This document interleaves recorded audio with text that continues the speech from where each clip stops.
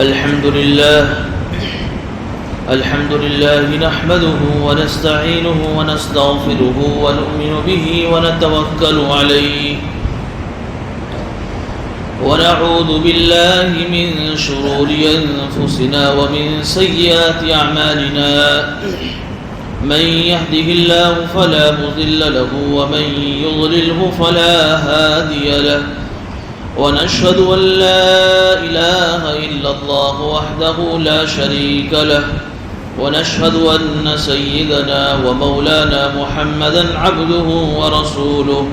وبارك وسلم تسليما كثيرا أما بعد فأعوذ بالله من الشيطان الرجيم بسم الله الرحمن الرحيم وَلَقَدْ آتَيْنَا مُوسَى 9 آيَاتٍ بَيِّنَاتٍ فَاسْأَلْ بَنِي إِسْرَائِيلَ إِذْ جَاءَهُمْ فَقَالَ لَهُ فِرْعَوْنُ إِنِّي لَأَظُنُّكَ يَا مُوسَى مَسْحُورًا قال لقد علمت ما أنزل هؤلاء إلا رب السماوات والأرض بصائر وإني لأظنك يا فرعون مثبورا صدق الله العظيم.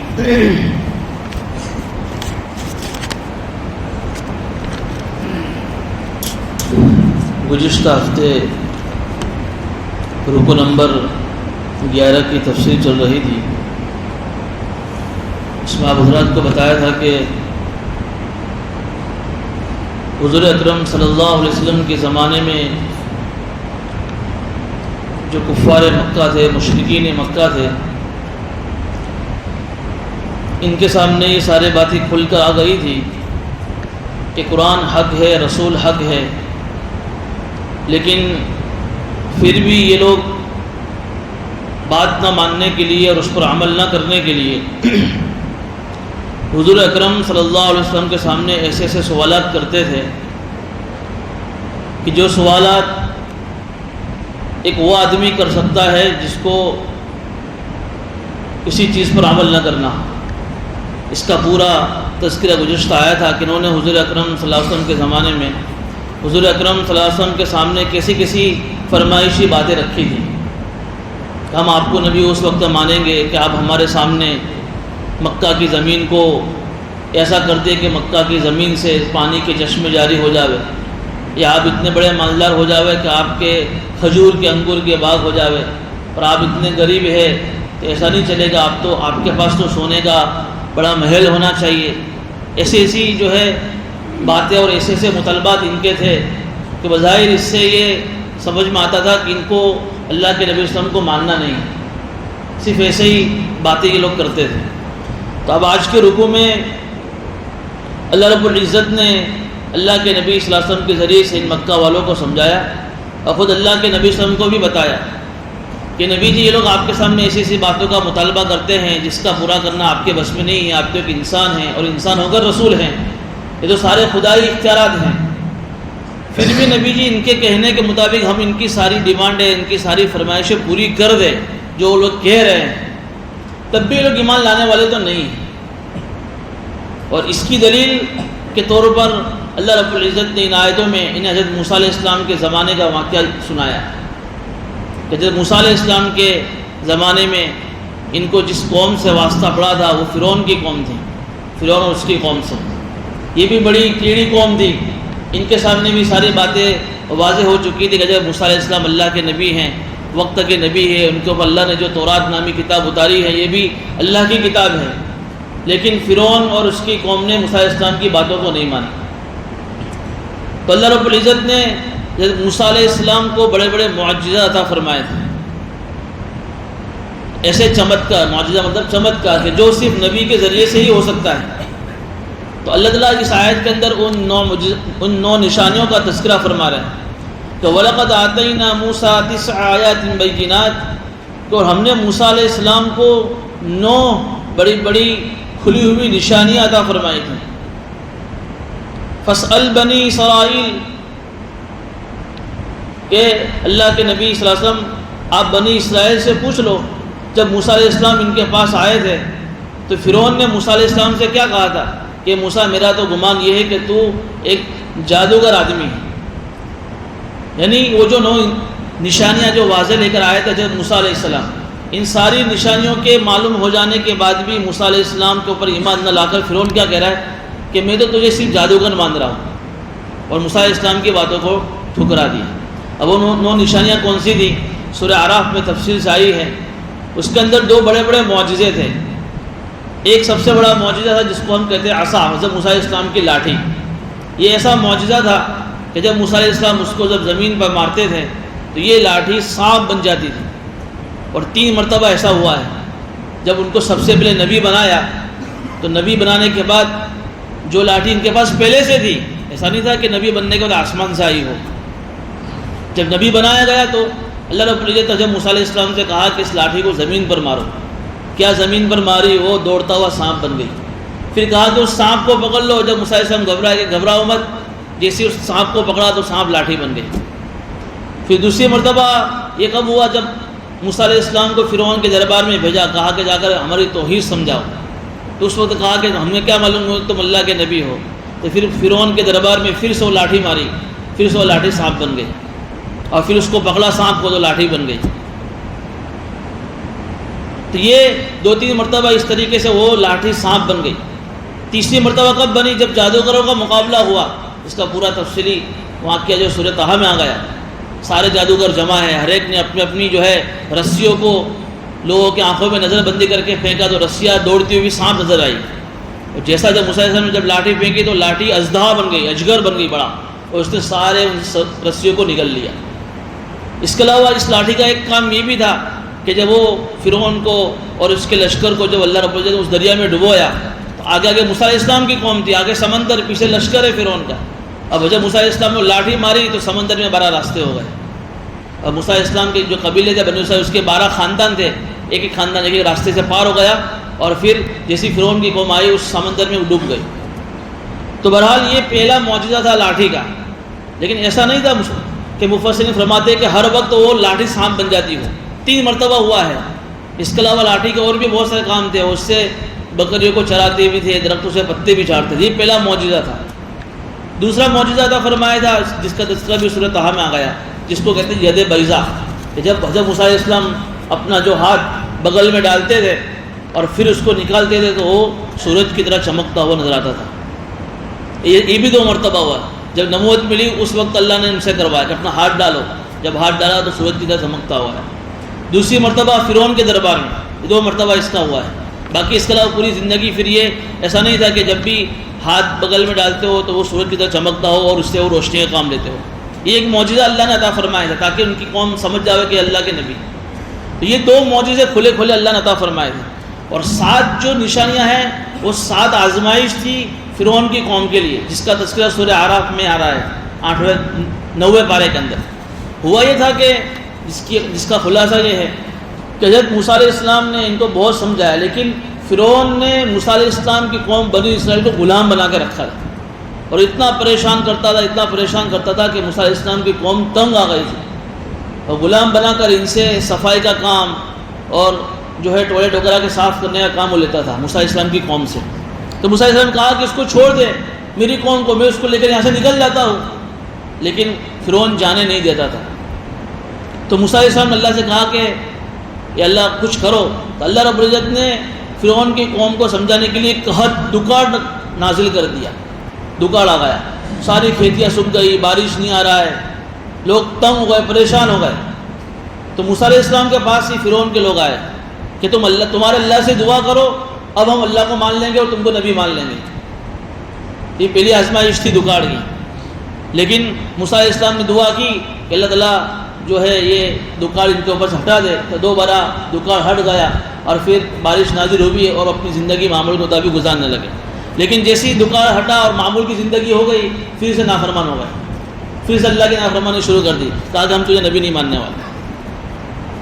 1 مہینے کے بعد پھر اللہ رب العزت نے جب موسیٰ علیہ السلام نے اللہ سے دعا کی کہ اللہ یہ تو 2 بار پھر سے ایسے کیسے ہو گئے، تو ان پر کوئی ایسی سزا نازل فرما کہ جو ان کے لیے دردناک ہو اور ہماری قوم کے لیے بھی نصیحت کی چیز ہو اور بعد میں آنے والے لوگوں کے لیے عبرت کی چیز ہو۔ تو اللہ رب العزت نے پھر دوسرا جو عذاب بھیجا طوفان کی شکل میں، ایسا بارش آیا اور ایسا پانی آیا کہ ان کے سارے گھر اور ساری کھیتی بڑے سب پانی میں ڈوب گئی۔ لیکن ادھر اسی شہر میں موسیٰ علیہ السلام کی قوم بنی اسرائیل بھی رہتی تھی، لیکن ان کے کسی کے گھر نہیں ڈوبے، صرف فرعون جو تھے جن کو قبطی کہتے ہیں، ان کے سارے گھر ڈوب گئے پانی کے اندر، ساری کھیتیاں ڈوب گئی اور سب دھندا کاروبار سب ٹھپ ہو گیا۔ یہ لوگ پھر سے جب موسیٰ علیہ السلام کے پاس آئے، کیا اب کی مرتبہ تمہارے اللہ سے دعا کر دو، اب ہم سدھر جائیں گے، تمہارے بنی اسرائیل کو بھی ہم چھوڑ دیں گے اور ہم تم کو نبی بھی مان لیں گے اور اللہ کو ایک مان لیں گے۔ کہ ٹھیک ہے، موسیٰ علیہ السلام نے دوبارہ دعا کی، طوفان پانی کا ختم ہو گیا، سب پانی سوکھ گیا۔ لیکن ہوا ہے کہ جب پانی سوکھا تو دوبارہ ان کی جو کھیتیاں تھی پہلے اس کے مقابلے میں اچھی ہو گئی، زمین ہریالی ہو گئی۔ یہ کیا سمجھے، یہ کوئی اللہ کی طرف سے عذاب نہیں تھا، یہ تو ہمارے فائدے کے لیے آیا تھا، تو اس سے پہلے سے اچھی کھیتی ہو گئی۔ وہ کہتے ہیں کہ جب کسی کو کوئی چیز عبرت کے لیے نہ ہو تو پھر آدمی اس کو عبرت نہیں سمجھتا ہے۔ کہا یہ تو ہمارے فائدے کے لیے تھی، یہ موسیٰ علیہ السلام نے کوئی اللہ سے عذاب نہیں مانگا۔ پھر سے وہ دوبارہ کھیتی ہریالی ہوئی تو پھر سے نافرمان ہو گئے، سرکشی اختیار کر لیں۔ اب ذرا سنیے، دیکھیے، دو عذاب آ گئے، پہلے دکاڑ آیا، پھر طوفان آیا پانی کی شکل میں۔ پھر 1 مہینے کے بعد واپس سے ایسے کیسے ہو گئے، پھر موسیٰ علیہ السلام نے اللہ سے دعا کی، اللہ تو پھر سے قوم نافرمان ہو گئی۔ پھر سے موسیٰ علیہ السلام کے دعا کرنے کی وجہ سے اللہ نے تیسرا عذاب نازل کیا، جراد کے عربی میں ٹڈی۔ آپ نے دیکھا ہوگا، ٹڈی ہوتی ہے نا، ایک چھوٹا سا پرندہ ہے، یہ جھونڈ کی شکل میں کسی کھیت میں گھس جاؤ تو سارے کھیت کو برباد کر دے، کھیتی کھا جاوے۔ تو اللہ تعالیٰ نے ٹڈی کی شکل میں ان کے اوپر یہ عذاب نازل کیا کہ ان کی ساری کھیتیوں کے اندر گھروں میں گھس کر ساری چیزیں ختم کر دی۔ ٹڈی نے ساری کھیتیاں ختم اور سارے ان کے کھانے پینے کی ساری چیزیں ختم کر دی۔ پھر سے یہ لوگ موسیٰ علیہ السلام کے پاس آئے کہ اب کی مرتبہ یہ آخری بات، تم اپنے اللہ سے دعا کر دو، یہ عذاب ہم سے ہٹ جائے۔ ادھر بنی اسرائیل کے اوپر کوئی ٹڈی کا عذاب نہیں، وہ اپنی معمول کی زندگی گزار رہا ہے، صرف انہی کے اوپر یہ عذاب آ رہا ہے۔ تیسری مرتبہ یہ عذاب آیا ٹڈی کی شکل۔ پھر یہ ٹڈی کا عذاب پھر سے اللہ نے ہٹا دیا، پھر سے زندگی معمول بن گئی، واپس سے سرکشی اختیار کر لی تیسری مرتبہ۔ دیکھیے اللہ تعالیٰ بھی کتنا بڑا حلیم ہے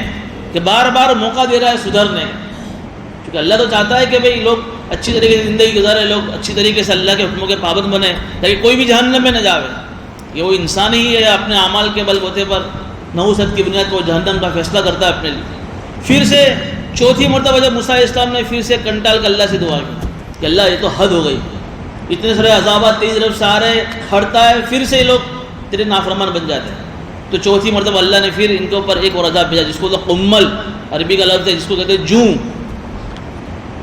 ایک تو گلے کے اندر جوں کا مطلب ہے کہ ایسے گلے میں ان کا جو اناج تھا اس میں ایسا کیڑا لگ گیا کہ وہ غلہ کھانے کے لیے نکالتے تو گلے کے اندر کیڑے غلہ کھانے کے لیے قابل نہ رہا، اور ان کے بدن اور کپڑوں میں جوئیں، اتنی ساری جوئیں بڑھ گئی کہ چین سے بیٹھ ہی نہیں پا رہے ہو، جہاں جا رہے جوئیں، کھانے میں دیکھو تو کھانے میں جوئیں، ماتھے میں، کپڑوں میں، سر میں جوئیں کھانے پینے میں۔ پھر سے ان کی زندگی تنگ ہو گئی تھی، انہوں نے پھر سے کہا موسیٰ علیہ السلام یہ آخری مرتبہ۔ موسیٰ علیہ السلام نے پھر سے دعا کی، پھر سے عذاب ہٹ گیا، لیکن جیسا عذاب ہٹا پھر سے نافرمان، 4 عذاب آئے۔ پھر سے جو ہے 1 ہفتے کے بعد، یا بعد مفصل لکھا ہے کہ 1 مہینے کے بعد پھر سے اللہ سے دعا کی کہ موسیٰ علیہ السلام نے، پھر سے اللہ کی طرف سے عذاب آیا، والقمل والضفادع، میڈک کا عذاب آیا، ڈیڑھکے کا عذاب۔ ایسا عذاب آیا کہ کہیں بیٹھتے تو سارے میڈک اگر اتنے سارے بیٹھ جاتے کہ پورے میڈک میں دب جاتے ہیں، پورے بدن کے اوپر میڈک کے ڈیڑھ کے کتنی گھن محسوس ہو گیا، وہ ڈیڑھ کے کاٹتے نہیں، لیکن وہ اگر آدمی کو بیٹھ جاوے تو آدمی کیسا محسوس کرتا ہے۔ سونے کے لیے جاوے تو پورے بستر میڈک سے بھر جاوے، نہ بیٹھ سکے، نہ سو سکے، نہ کھا سکے، کھانے بیٹھے تو کھانے کے اندر میڈک، پانی پیو تو پانی میں میڈک ہی میڈک۔ ادھر بنی اسرائیل قوم اپنی معمولی زندگی گزار رہی، ایک ایک کر کے اللہ تعالیٰ عذاب کے ذریعے سے ان کو سمجھا رہا ہے۔ پھر سے موسیٰ علیہ السلام کے پاس آیا، اب آخری مرتبہ پھر سے دعا کی، میڈک کا عذاب ہٹ گیا اور پھر سے نافرمان بن گئے۔ پھر اللہ نے ایک چانس اور دیا، زندگی گزارنے لگے سرکشی، لیکن پھر ایسی بنی اسرائیل کو ستانا شروع کیا تو اللہ تعالیٰ سے پھر سے موسیٰ علیہ السلام نے دعا کی کہ اللہ تعالیٰ پھر سے تو کچھ کوئی عذاب بھیج، کیونکہ کوئی عذاب ان کے اوپر ایسا بھاری نہیں ہے کہ جس سے وہ سدھرے ہو۔ آخری جو عذاب آیا جس کو قرآن نے کہا ہے خون کی شکل میں. کھانے کے لیے بیٹھے تو کھانا خون بن جائے, پانی بھی خون بن جائے, ان کے کنویں اور ساری چیزیں ان کے لیے خون. ادھر بنی اسرائیل کے اندر زندگی بالکل معمول کی. ایک مرتبہ ایک قبطی نے, فرعون کی قوم نے بنی اسرائیل سے پانی مانگا, تو بنی اسرائیل نے کہ آدمی نے اس کو پانی دیا تو اس کے ہاتھ میں پانی جیسا اس کے ہاتھ میں پہنچا تو خون بن گیا. ایسا عذاب اللہ نے خون کی شکل, گھروں میں خون, پانی میں خون, جگہ جگہ پر خون ہی خون. قرآن میں اس کا تذکرہ ہے. پھر سے انہوں نے موسیٰ علیہ السلام دعا کی کہ یہ آخری مرتبہ ہے, تم اللہ سے دعا کرو, اب جو ہے ہم اللہ کے فرما بردار بن جائیں گے, تم کو نبی مان لیں گے. پھر سے عذاب ہٹ گیا, پھر سے انہوں نے نافرمانی شروع کر دی. آخری عذاب 7ویں نمبر کا ہے, جس کا لفظ قرآن میں رجز کے نام سے آتا ہے. اللہ نے طاعون جیسی بیماری بھیجی, جس کو بولتا ہے وبائی بیماری. 70,000 ان کے لوگ مارے گئے اس بیماری کے اندر. یہ 7 عذاب اللہ نے ان کو بھیجے, لیکن پھر بھی بنو اسرائیل کو ستانا انہوں نے چھوڑا نہیں, اور نہ اللہ کے نبی جب موسیٰ علیہ السلام کو مانا. تو پھر ہوا یہ کہ فرعون ان کی قوم اور سرکشی میں آگے بڑھتی رہی. اب انہوں نے دیکھا کہ یار یہ معاملہ کیا ہو رہا ہے, یہ بار بار اللہ کی طرف سے عذاب آ رہا ہے. انہوں نے سب کچھ دیکھ لیا کہ یہ سب اللہ کی طرف سے ہیں, حضرت موسیٰ علیہ السلام کو نہ ماننے کی وجہ سے ہیں. ہم نے اپنی آنکھوں سے سب کچھ دیکھ لیا, لیکن پھر بھی فرعون تھا اور اس کی قوم تھا, وہ ماننے کو تیار نہیں تھا. تو اللہ رب العزت نے پھر یہ انتظام کیا کہ فرعون نے یہ سوچا کہ یہ بنو اسرائیل کو اگر میں یہاں سے نکال دیتا ہوں مصر سے, یہاں سے اگر میں روانہ کر دیتا ہوں ملک شام سے, تو پھر کنفیوژن ہو گیا ہو. اگر میں روانہ کرتا ہوں تو چونکہ میں نے ابھی بتایا کہ بنو اسرائیل کو انہوں نے غلام بنا کے رکھا تھا, اور یہ تقریباً 7 لاکھ کے قریب بنو اسرائیل موسیٰ علیہ السلام کی قوم تھی. اب سب کے سب کو روانہ کر دے ہوئے تو پھر ان کی صفائی کا کام, ستھرائی کا کام, ٹوائلٹ صاف کرنے کا کام کون کرے گا؟ بڑی مشکل ہی کھڑی ہو جاتی. کاریگر کہاں سے ملیں گے, کام کرنے والے مزدور کہاں سے ملیں گے؟ اور نہیں روانہ کرتا تو یہ اتنی بڑی قوم کی تعداد ہے, کہیں ایسا نہ ہو کہ پھر میرے لوگ بھی مسلمان بن جاوے اور میرا جو دبدبہ ہے ختم ہو جاوے. اسی کنفیوژن میں اس نے پھر یہ فیصلہ لیا کہ جو بھی بچہ پیدا ہوتا اس کو مار ڈالتا ہوں. بنو اسرائیل کے اندر بڑا تفصیلی واقعہ ہے, وہ آیا تھا اس وقت سورۃ طٰہٰ کے اندر, لیکن اس کی پلاننگ کچھ اور تھی. اللہ نے پھر یہ انتظام کیا کہ ادھر یہ لوگ جب موسیٰ علیہ السلام کو اللہ نے حکم دیا کہ تم راتوں رات اپنی قوم کو لے کے نکل جاؤ, ادھر راتوں رات موسیٰ علیہ السلام اپنی قوم کو لے نکلے. ادھر فرعون کو اطلاع ہوئے کہ تو پورے بنی اسرائیل کا پورا ٹولہ شہر سے نکل گیا بھاگ کر, تو ان کا پورا ٹولہ جو ہے ان کو پکڑنے کے لیے روانہ ہوا. ادھر موسیٰ علیہ السلام کی قوم روانہ ہوئی تو سامنے دریا ہے اور پیچھے دیکھا کہ فرعون کا لشکر ہے. موسیٰ علیہ السلام کی قوم تو ڈر گئی کہ موسیٰ یہ تو کیا ہوا, انا لمدرکون, آگے دریا اور پیچھے بنو اسرائیل فرعون کی قوم ہے, ہم تو مارے گئے. موسیٰ نے گھبراؤ مت, اللہ ہمارے ساتھ ہے. تو اللہ نے وہی انتظام کیا, موسیٰ علیہ السلام کو لاٹھی مارو, 12 راستے بنے. فرعون کی پوری قوم, اب موسیٰ علیہ السلام کی پوری قوم جو ہے اس 12 راستوں سے سمندر کے اس پار چلے گی. تو فرعون نے دیکھا کہ راستے بن گئے ہیں, تو ان کی پوری قوم بھی اس سمندر کے اندر آ گئی جہاں راستے بنے ہوئے تھے. بیچوں بیچ جب آئی, اللہ نے کہا کہ پانی کو اگر مل جا, وہ راستے ختم ہو گئے, اور پانی مل گیا, وہ پوری کی پوری قوم ڈوب گئی.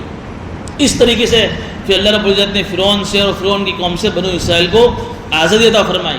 اسی کا تذکرہ یہاں قرآن میں ہے کہ وَلَقَدْ آتَيْنَا مُوسَىٰ 9 آیَاتٍ بَيِّنَاتٍ فَاسْأَلْ بَنِي إِسْرَائِیل, کہ ہم نے موسیٰ علیہ السلام کو 9 بڑی بڑی نشانیاں عطا فرمائی تھیں. اب یہ مکہ والوں کو سنا رہے ہیں, اور اللہ کے نبی صلی اللہ علیہ وسلم کو بھی کہا ہے دیکھو کہ موسیٰ علیہ السلام کے زمانے میں ہم نے کیسے کیسے معجزے ان کو دکھائے, کیسی کیسی نشانیاں عذاب کی شکل میں دکھائی, لیکن نہیں ماننا تھا تو یہ لوگ نہیں مانے. تو نبی جی آپ گھبراؤ مت, آپ یہ مت کہو کہ ان کے سارے فرمائشی مطالبات پورے, اللہ کے سامنے دل کی تمنا تھی کہ اللہ تعالیٰ اگر یہ سارے مطالبات اگر آپ سے کر رہے تو آپ اس کو پورا کر دو, یہ مکہ کے لوگ مسلمان ہو جاوے, ایمان لے آوے. تو اللہ کہا کہ لوگ ایمان لانے والے ہے ہی نہیں. ہم آپ کو موسیٰ علیہ السلام کا واقعہ سنا رہے, دیکھو نا کیسے کیسے معجزہ ہم نے دکھا, لیکن پھر بھی موسیٰ علیہ السلام کی قوم ایمان نہیں لائے. یہ کہہ رہے فاسأل بنی اسرائیل, آپ بنو اسرائیل سے پوچھ دیکھو. جب وہ موسیٰ علیہ السلام ان کے پاس آئے تھے تو فرعون نے کیا کہا تھا موسیٰ علیہ السلام سے, انی لأظنک یا موسیٰ مسحورا, اے موسیٰ میرا تو گمان ہے اور میرا تو خیال ہے کہ تو جادوگر ہے. حالانکہ اس کو سب معلوم تھا کہ کوئی جادو وادو نہیں ہے, یہ سب اللہ کی طرف سے ہے. اس نے موسیٰ علیہ السلام کیا کہہ رہے آگے, قال لقد علمت, فرعون تجھے سب کچھ معلوم ہے, تو نے دل سے یقین تو کر لیا ہے, لیکن تیری کرسی کا مسئلہ تھا نا, چونکہ اس نے خدائی کا دعویٰ کیا تھا کہ میں خدا ہوں. اگر وہ موسیٰ علیہ السلام پر ایمان لاتا تو اس کی خدائی چلی جاتی. اب اس کی خدائی جب چلی جاتی تو پھر اس کے ہاتھ کے نیچے جو بڑے بڑے خادم نوکر شاکر سب اس کی پوری ٹھاٹ باٹ سب ختم ہو جاتا. تو دل سے یقین تھا, پھر بھی اپنی کرسی نہ جائے, اس کے لیے ماننے کو تیار نہ ہوا. اللہ وہی کرے موسیٰ علیہ السلام نے کہا کہ لقد علمت، تجھے دل سے یہ یقین ہے یہ ساری کی ساری نشانیاں آسمان و زمین کے پیدا کرنے والے رب نے اتاری ہیں، اور ساری کی ساری نشانیاں کیسی ہے؟ بصائر، آنکھیں کھلنے والی ہیں، لیکن وَإِنِّي لَأَظُنُّكَ يَا فِرْعَوْنَ مَسْحُورًا، تو مجھے کیا جادوگر کہتا ہے؟ میرا تو یہ پکا خیال ہے کہ تیری ہلاکت کا وقت قریب آ گیا ہے۔ چنانچہ اگر اللہ فرما رہے فَأَرَادَ أَن يَسْتَفِزَّهُم مِّنَ الْأَرْضِ، تو فرعون نے چاہا کہ ہم زمین سے بنی اسرائیل کو ختم کر دیں، جیسا بھی میں نے کہا کہ فرعون کی یہ پلاننگ تھی۔ اللہ کہہ رہے کہ ہم نے اس کے پہلے یہ انتظام کر دیا کہ فَأَغْرَقْنَاهُ وَمَن مَّعَهُ جَمِيعًا، ہم نے فرعون کو اور اس کی پوری قوم کو زمین میں اس سمندر میں ڈبو دیا۔ پھر ہم نے اس کے بعد بنو اسرائیل سے کہا، اب فرعون کی پوری قوم، فرعون بھی ڈوب گیا، پوری قوم ڈوب گئی، موسیٰ علیہ السلام ان کی پوری قوم تھی، کہا ہم نے اس کے بعد کہا یا بنی اسرائیل اسکنوا الارض، اب پھر تم زمین میں اب آزادی کے ساتھ رہو، اب تمہیں کوئی پریشان کرنے والا نہیں ہے، لیکن کب تک رہو گے؟ جب تک دنیا کی زندگی تمہاری ہے۔ فَإِذَا جَاءَ وَعْدُ الْآخِرَةِ جِئْنَا بِكُمْ لَفِيفًا، جب آخرت کا وعدہ آئے گا تو ہم پھر تمام لوگوں کو میدان محشر میں ایک ساتھ جمع کر دیں گے۔ نہیں، اس وقت اللہ تعالیٰ میدان محشر میں جب آخرت آئے گی سب کو ایک ساتھ پہلے اللہ اکٹھا کر دیں گے، مسلمان، کافر، منافق، سب ایک ساتھ۔ پھر سارے لوگ جب جمع ہو جائیں گے تو پھر سورہ یاسین کی تفسیر میں بتایا جا وَامْتَازُوا الْيَوْمَ أَيُّهَا الْمُجْرِمُونَ، پھر اللہ کی طرف اعلان ہوگا کہ مجرم لوگ الگ ہو جاؤ، مجرم لوگ، گنہگار لوگ الگ ہو جاؤ۔ اس وقت بتایا تھا کہ پھر جب اللہ کی طرف سے یہ اعلان آئے گا تو جو جس گناہ میں مبتلا تھا، جو جس گناہ کے اندر پڑا ہوا تھا، وہ گنہگار لوگوں کی ٹیم الگ بنے گی۔ جو چور ہوں گے وہ سارے چور ایک ساتھ جمع ہو جائیں گے، جو زنا کرنے والے سارے زنا خور ایک ساتھ جمع ہوں گے، سود کھانے والوں کی پوری ٹیم الگ ہوگی، جن گناہوں کے جتنے پرکار ہیں اتنے پرکار کی ساری ٹیمیں بنے گی۔ اللہ ہر ایک مجرموں کو الگ الگ کرے گا اور ان کے آگے ان کا سردار ہوگا جن کی انہوں نے بات مانی ہوگی۔ بہرحال یہ بنی اسرائیل سے کہا۔ اب آگے اللہ فرما رہے ہیں وَبِالْحَقِّ أَنزَلْنَاهُ وَبِالْحَقِّ نَزَلَ وَمَا أَرْسَلْنَاكَ إِلَّا مُبَشِّرًا وَنَذِيرًا۔ اب اللہ تعالیٰ اپنے نبی سے کہہ رہے ہیں کہ نبی جی، جس طریقے سے ہم نے جب موسیٰ علیہ السلام کو بہت سارے معجزے عطا فرمائے، ہم نے آپ کو بھی بہت سارے معجزے عطا فرمائے۔ کیونکہ علماء نے لکھا ہے کہ 10,000 سے زیادہ ہمارے نبی کو اللہ نے معجزے عطا فرمائے تھے۔ اس میں سب سے بڑا جو کھلا معجزہ وہ قرآن تھا۔ قرآن سب سے بڑا، اسی کے بارے میں کرے کہ ان تمام معجزات میں ہم نے جو آپ کو قرآن عطا فرمایا ہے، اس قرآن کی خوبی یہ ہے کہ وَبِالْحَقِّ أَنزَلْنَاهُ، اس قرآن کو ہم نے صحیح نازل فرمایا ہے، وَبِالْحَقِّ نَزَلَ، اور قرآن بھی صحیح طریقے سے نازل ہوا ہے۔ یعنی ایسا نہیں ہوا ہے کہ ہم نے آسمان سے قرآن نازل کیا اور پھر زمین پر آتے آتے قرآن بدل گیا، جیسے پچھلے آسمانی کتابوں میں ہوا۔ یہ قرآن کی سب سے بڑی خوبی ہے۔ علماء نے لکھا ہے کہ جب جبریل اسلام جب قرآن کی ایک آیت کو لے کر نازل ہوتے تھے اللہ رب العزت کی طرف سے، جب وہاں سے نکلتے تھے تو وہاں سے نکلنے سے لے کر زمین پر جس جگہ اللہ کے نبی صلی اللہ علیہ وسلم موجود ہوتے وہاں تک فرشتوں کی دونوں طرف سے لائنیں لگ جاتی تھیں۔ اور یہ لائن لگانے کا مقصد یہ تھا کہ چونکہ اس زمانے کے اندر بھی جو شیطان جو ہوتے تھے، یہ ان کو اللہ نے یہ طاقت دی رکھی تھی کہ وہ آسمانوں پر بھی جاتے تھے، تو کبھی کبھی جو آسمانوں پر جا کر وحی کی باتیں سن لیا کرتے تھے، تو اللہ نے اس کا یہ انتظام کیا کہ شیطان اس وحی کی باتوں کو نہ سن سکے، تاکہ اس کے لیے انتظام کیا کہ دونوں طرف سے فرشتوں کی ڈیوٹی لگا دی تاکہ شیطان اس وحی کے فرشتے کے قریب بھی نہ آ سکے۔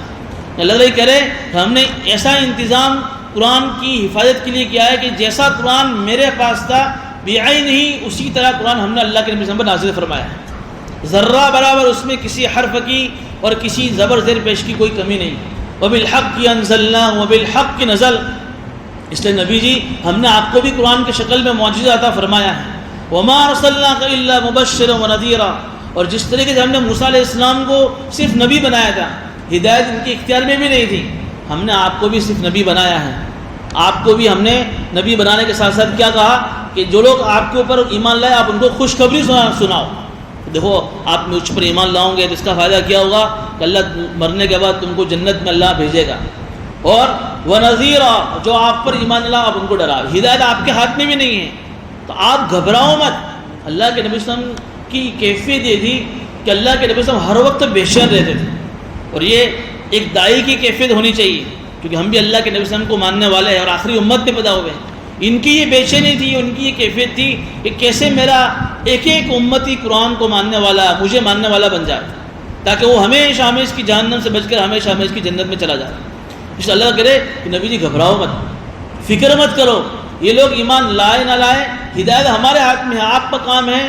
بشارت سنانا، خوشخبری سنانا ایمان والوں کو، اور آپ کا کام ہے کافروں کو ڈرانا، انجام سے آگاہ کرنا۔ اگر اللہ فرما رہے وَقُرْآنًا فَرَقْنَاهُ لِتَقْرَأَهُ عَلَى النَّاسِ عَلَى مُكْثٍ وَنَزَّلْنَاهُ تَنزِيلًا۔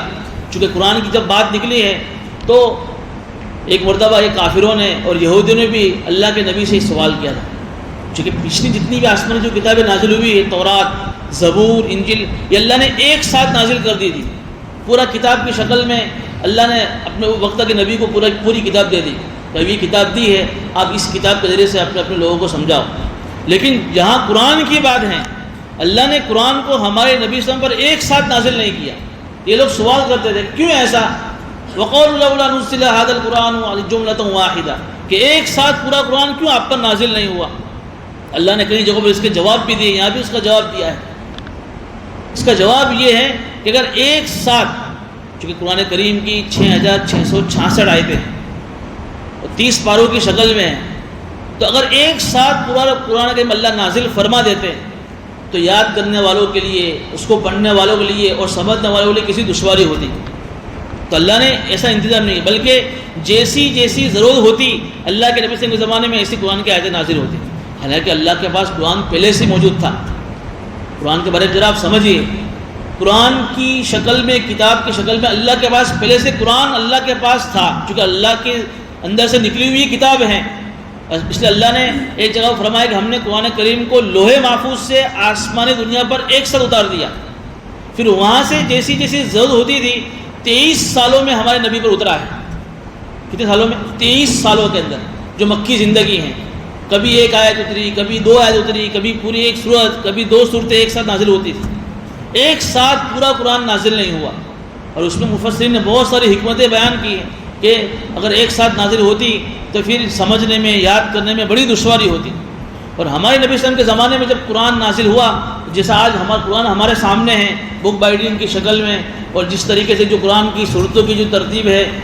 اس زمانے میں اسی ترتیب نہیں تھی۔ اس زمانے کی ترتیب یہ تھی کہ اللہ کے نبی صلی اللہ علیہ وسلم پر جب وحی آتی اور وحی کی شکل میں جب ایک آیت آتی، اللہ کے نبی صلی اللہ علیہ وسلم جو ہے اس کو پڑھتے اور صحابہ اس کو سن کر یاد کر لیتے تھے۔ اس زمانے میں قرآن کی حفاظت کا سب سے بڑا ذریعہ تھا، یا مغز کی، دماغ کی یاق شکتی سے صحابہ محفوظ کر لیتے۔ حافظ صحابہ کے بڑے تیز تھے، جو چیز ایک مرتبہ یاد کر لی زندگی بھر کبھی نہیں بھولتے تھے۔ تو جیسی قرآن کی آیت نازل ہوتی، صحابہ کرام کے سامنے جب وہ وحی ختم ہو جاتی، قرآن کریم کی آیتیں صحابہ کو پڑھ کر سنا دیتے، صحابہ کا جو مجمع موجود ہے اس کو یاد کر لیتا۔ اور ایک اہتمام یہ بھی کیا کہ کسی صحابی کے ہاتھ میں درخت کا پتا ہوتا تو قرآن کی آیت کو درخت کے پتے کے اوپر لکھ دیتا، کسی صحابی کے ہاتھ میں ہڈی ہوتی، سوکھی ہوئی ہڈی، تو وہ ہڈی کے وہ قرآن کی آیت کو لکھ لیتا، کسی کے ہاتھ میں چمڑا ہوتا تو چمڑے کے اوپر قرآن کریم کی آیت کو لکھ لیتا۔ یوں اس طریقے سے قرآن کریم کی آیتیں زبانی بھی، حفظ بھی صحابہ کو یاد ہو گئی، اور صحابہ کے پاس لکھی ہوئی بھی محفوظ ہو گئی۔ لیکن ہماری طرح قرآن کریم اس طریقے سے ایک ساتھ جمع ہوا کسی صحابی کے پاس نہیں تھا اللہ کے نبی صلی اللہ علیہ وسلم کے زمانے میں، لیکن ہو بہو محفوظ تھا،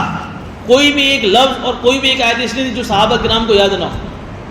لیکن پھر دھیرے دھیرے یہ ہوا اللہ کے نبی صلی اللہ علیہ وسلم کے دنیا سے چلے جانے کے بعد، جب ابو بکر صدیق کا جب زمانہ آیا تو اس وقت جیسے حضور اکرم صلی اللہ علیہ وسلم دنیا سے گئے،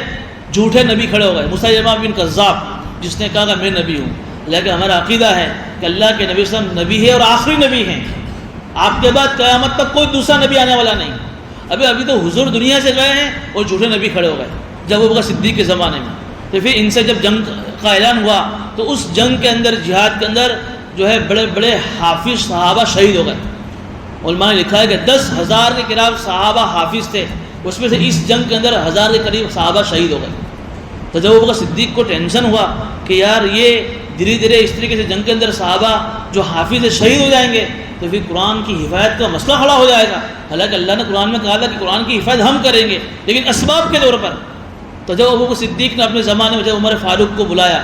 کہ اس طریقے سے قرآن کو اگر ہم ایک ساتھ جمع کر لے ہوئے تو کتنا اچھا ہو، یہ جب عمر کے بات سمجھ میں نہیں آئی کہ جو کام اللہ کے نبی صلی اللہ علیہ وسلم نے کہ ہم کیوں کریں۔ زید بن ثابت جو اللہ کے نبی صلی اللہ علیہ وسلم کے پاس ہر وقت رہا کرتے تھے، جو کاتب وحی تھے، ان کو بلایا، ان کے دل میں بھی بات نہیں آئی۔ لیکن جب ابو بکر صدیق کو اللہ کی طرف سے بات دل میں اللہ نے ڈالی تھی، بار بار جب عمر کو کہا، جب زید بن ثابت کو کہا، ان کے تمام کے دل مطمئن ہو گئے کہ بات صحیح ہے، قرآن تو محفوظ ہے، لیکن ایک جگہ کسی جگہ قرآن محفوظ ہے تو بہت اچھی بات ہو جائے۔ چنانچہ پھر جب ابو بکر صدیق کے زمانے میں زید بن ثابت کی ذمہ داری سونپی گئی کہ آپ یہ اعلان کرو کہ جس کے پاس بھی کسی بھی شکل میں قرآن کی آیت لکھی ہوئی یا حفظ ہو تو مجھے آ کر دے دے۔ سارے صحابہ نے کسی کے پاس جو ہے وہ ہڈی کے اندر لکھی ہوئی، کسی کے پاس چمڑے میں لکھی ہوئی، کسی کے پاس درخت کے پتے کے اوپر لکھی ہوئی، کسی کے پاس بانس کے اوپر لکھی ہوئی، سارے صحابہ نے وہ سارے آیتیں جمع کرا دی، جس کو منہ پر جاتی ہے ساری کے ساری زید بن ثابت کو سنا دی۔ سب سے بڑے حافظ پکے تھے زید بن ثابت تھے۔ اس طریقے سے ابو بکر صدیق کے زمانے میں قرآن جو ہے ایک جگہ جمع ہو گیا۔ لیکن پھر حضرت عثمان غنی کے زمانے میں اسلام عرب سے نکل کر دوسرے ملکوں میں پھیلا۔ عمر فاروق کے زمانے میں بھی، ان کے بعد عثمان غنی کے زمانے کے اندر بھی جو ہے بڑے بڑے عراق کے اندر، ایران کے اندر بڑے بڑے ممالک میں پھیلا، اور وہاں اجمی لوگ بھی جمع ہوئے۔ تو اب حضرت عثمان غنی کو پھر سے ہوا کہ جس طریقے سے قرآن جمع ہونا چاہیے اس طریقے سے جمع نہیں ہوا۔ جو عثمان غنی کے زمانے میں کیا ہوا، اصل میں ایک بات یہ بھی ہے قرآن کے تعلق سے سمجھنے کی، جسے ہم لوگ گجراتی ہیں، میں آپ کو مثال سے سمجھاؤں۔ اب گجراتی زبان تھوڑے تھوڑے فاصلے پر بدل جاتی ہے، کیم چھو کیم ہو، ہر ایک کی زبان کی ہے گجراتی، لیکن ٹون اس کا بدل جاتا ہے، لہجہ اس کا بات کرنا ہے گجراتی زبان، لیکن اس کا ٹون اور لہجہ بدلنے سے تھوڑے تھوڑے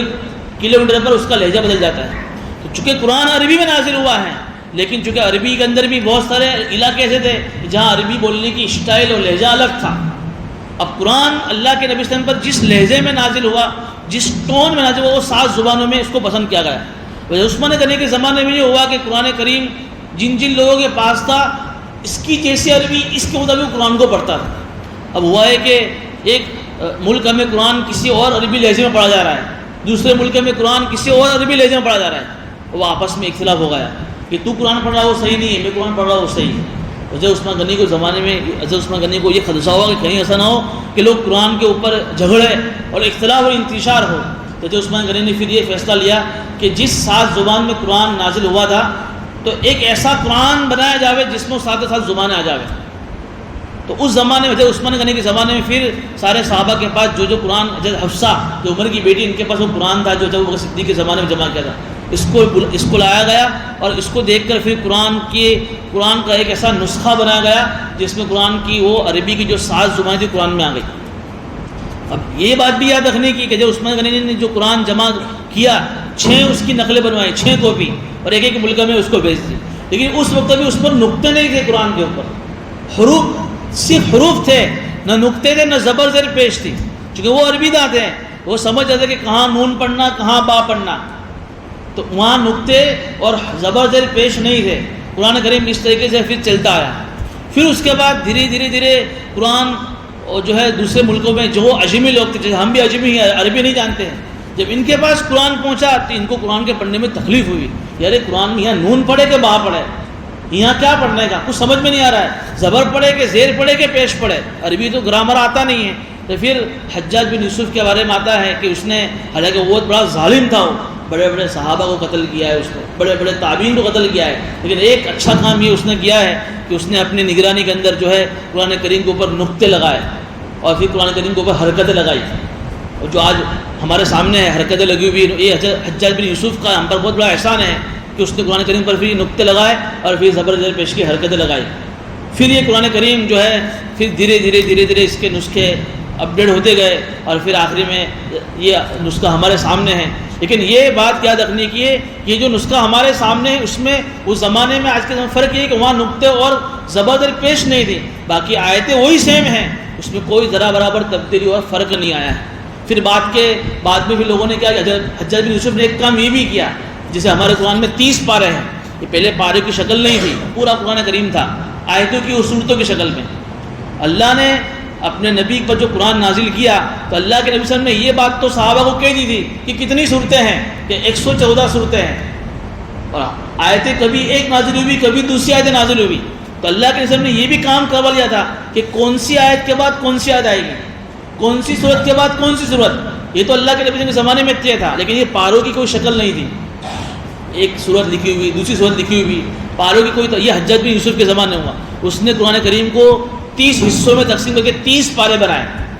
اور پہلے پارے کے اندر پہلے حصے میں جو لفظ تھا جیسے الف لام، تو اس کو جیسے سورہ بقرہ ہے اس کو الف لام بھی کہتے ہیں، دوسری سورہ آل عمران ہے تو اس کی سورہ میں آل عمران کا لفظ ہے، تو اس طرح کی صورتوں کے نام دیے، پاروں کے نام دیے، سیقول ہے، پہلے پارے میں الف لام، دوسرے میں سیقول، تیسرے میں تلک الرسول، یہ پاروں کے نام اس پہلی لائن میں جو لفظ تھا جس سے پارا شروع ہوتا تھا اسی کو پارے کا نام دے دیا۔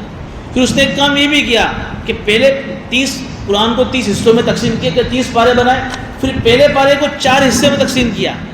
جس سے ہم کہتے ہیں نا پاؤ پارا ہوا، آدھا پارا ہوا، پونا پارا ہوا اور پھر پارا پورا ہوا۔ یہ حضور کے زمانے میں ایسی کوئی سسٹم نہیں تھی، یہ حجاج بن یوسف نے یہ قائم کی تاکہ پھر بعد کے اجمی لوگوں کو قرآن کریم کو پڑھنے میں آسانی ہو۔ ایک پارا قرآن کریم کے 30 حصے میں سے ایک حصہ میں نے پڑھا، پھر پہلے پارے کے بھی 4 حصے بنائے کہ پہلا پارا تو بہت لمبا ہے تو پھر کیسے میں پڑھوں کہ بھائی پاؤ پارا میں نے پڑھا تاکہ ایک نشانی رہے، آدھا پارا میں نے پڑھا۔ پھر بعد میں دوسرے لوگ آئے جنہوں نے قرآن کریم کے اندر رکوع بنایا کہ بھائی قرآن کریم میں ایک مضمون آتا ہے جیسے 10واں رکوع 11واں رکوع کہ بھائی ایک رکوع سے دوسرے رکوع میں ایک پورا مضمون ہے۔ اس کے بعد جب دوسرا رکوع شروع ہوگا تو دوسرا ٹاپک شروع ہوگا، تیسرے رکوع میں تیسرا ٹاپک شروع ہوگا، اس طرح پھر رکوع بنائے، اس طریقے سے پھر رکوع قائم ہوئے۔ بعضوں نے قرآن کریم میں اور بھی بہت ساری تبدیلیاں کی۔ بہرحال جو قرآن کریم آج ہمارے سامنے ہے وہ اس زمانے میں نہیں تھا۔ اللہ نے جو ہے کتنا احسان فرمایا کہ اتنی بہترین شکل میں، پاروں کی ترتیب میں، سورتوں کی ترتیب میں، رکوع کی شکل میں قرآن کریم ہمارے سامنے ہے، بالکل ایک پکا ہوا ایک تیار دسترخوان اللہ ہمارے سامنے ہے۔ پھر بھی اگر آدمی اس کو نہ پڑھے تو کتنی بڑی بدنصیبی کی بات ہے، یہ الماریوں کی زینت بن جاوے اور ہم سستی اور کاروبار میں لگ کر قرآن کریم کی تلاوت نہ کریں تو یہ ہمارے لیے بڑی بدنصیبی کی بات ہے۔ اللہ تو قرآن کریم کے بارے میں کیسا کہہ رہا ہے کہ ہم نے قرآن کو صحیح نازل فرمایا ہے، قرآن صحیح نازل ہوا ہے، وقرآن فرق نہ ہو کہ ہم نے قرآن کے اندر یہ صورتوں کی ترتیب اس لیے بنائی ہے تاکہ آپ لوگوں کے سامنے ٹھہر ٹھہر کر پڑھیں، ونزلناہ تنزیلا، اور ہم نے قرآن کو دھیمے دھیمے اور آہستہ اس لیے نازل فرمایا ہے تاکہ جیسا جیسا قرآن اترے تم اس کو یاد کرو، اس کو سمجھو، تاکہ قرآن کا جو ہے قرآن کا پیغام تمہیں سمجھ میں آئے۔ بہرحال یہ قرآن کی باتیں میں قرآن کے بارے میں اللہ نے فرمایا، اور اللہ کے نبی صلی اللہ علیہ وسلم سے یہ کہا کہ جس طریقے سے ہم نے موسیٰ علیہ السلام کو بہت سارے معجزے عطا فرمائے ہیں، ہم نے آپ کو بھی نبی جی بہت سارے معجزے عطا فرمائے ہیں، اس میں سب سے بڑا معجزہ قرآن کا معجزہ ہے اور اس کی خوبیاں بیان فرمائی ہیں۔ اور پھر آگے فرما رہے ہیں جس کا انشاءاللہ آگے آئندہ بدھ کو جس کا تذکرہ کریں گے کہ ان سے یہ کہا جا رہا ہے کہ نبی جی آپ کو گھبرانے کی کوئی ضرورت نہیں، یہ ایمان لاوے کہ نہ لاوے، اور بہت سارے دنیا میں آئیں گے آپ کے بعد جو قرآن پر ایمان لائیں گے اور پھر قرآن کو سمجھیں گے، اور جب قرآن کی تلاوت ہوگی تو اس کے بارے میں وہ روئیں گے، اس کا مجھے انشاءاللہ آئندہ آئے گا۔ اور انشاءاللہ آئندہ بدھ کو قرآن کریم کی سورت کی تفسیر بھی ختم ہوگی اور انشاءاللہ اس کے بعد دعا بھی ہوگی۔